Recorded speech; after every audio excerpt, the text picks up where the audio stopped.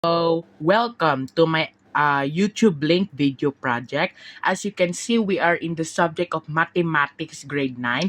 The main topic for today is about continuation, solving quadratic equations by extracting the square roots and factoring. So, I can give you 1 to 3, which is the actual problem solving. In given number 1, examples are actual step 1. In number 1, given will be x squared plus 7x. So what do you want to do is you can factor out the common terms, which is x. So you have to factor out this x squared, which is, you can write again, x squared plus 7x equals x, open close parenthesis, x plus 7. Step 2, you have to factor x squared plus 3 times plus 1. This quadratic expression cannot be factored into integer coefficients. The discriminant is, it can be b2 minus 4ac equals 32 minus 4, or you can say negative 4. Open close parenthesis of 1 and 1 equals 9, and minus 4 or negative 4 equals 5, which is not a perfect square.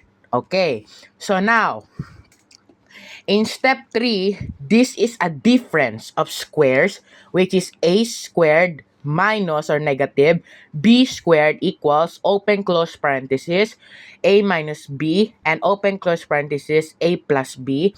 Here, a equals x and b equals 4 is gonna be, or it can be, x squared minus 16 equals, open close parenthesis, x minus 4, or you can say negative 4, and open close parenthesis, x plus 4, or you can say x plus positive 4.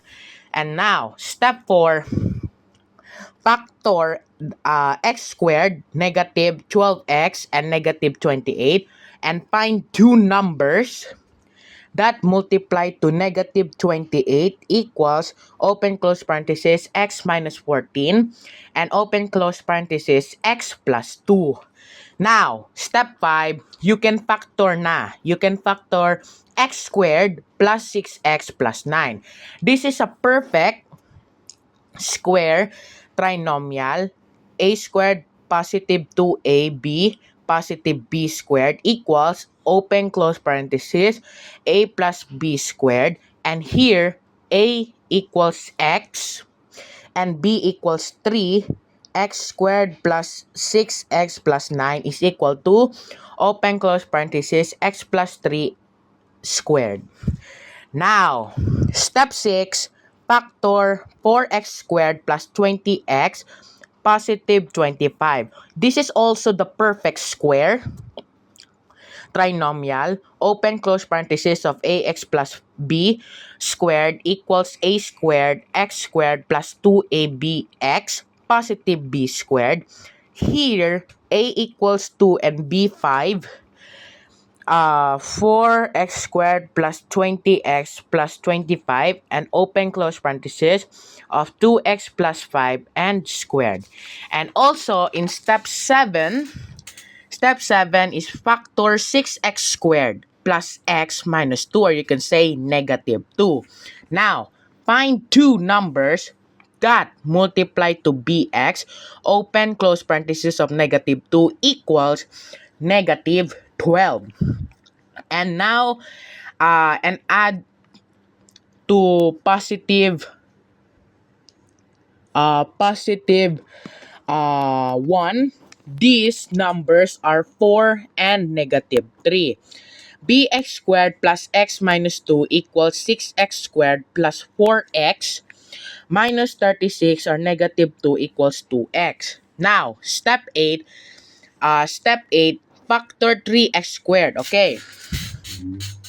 So you have to factor 3x squared plus 2x negative 8. So find two numbers that multiply to 3x, open close parenthesis, negative 8 equals negative 24, and add to these numbers are 6 and 4. So now the final answer will be 3x squared plus 2x negative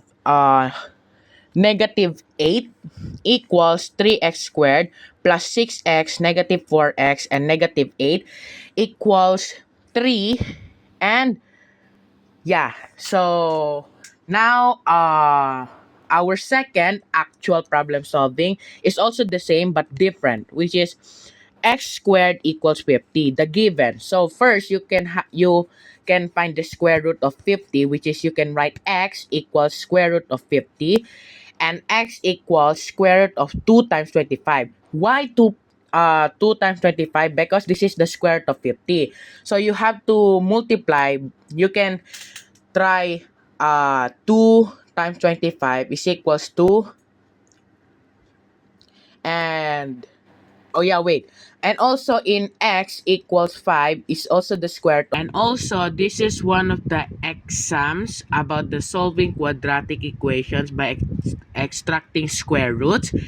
It's like the given is going to be open close parenthesis 3y minus 2 squared equals 18. So now therefore this is how you can solve it. And also now, this next equation, we transfer the square to the right side, it becomes square root of 18. So now, hold up. So now, if we transfer 2 to the right side, like here in 18, it will become square root of 18. Okay, and now we search for product 9 perfect square, which is 9 times 2 right here. 9 times 2 and 9 is a perfect square. So we are searching the factor of 18 which have perfect square and which is 9 times 2.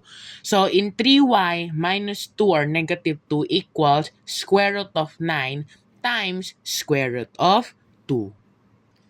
So now this is the result.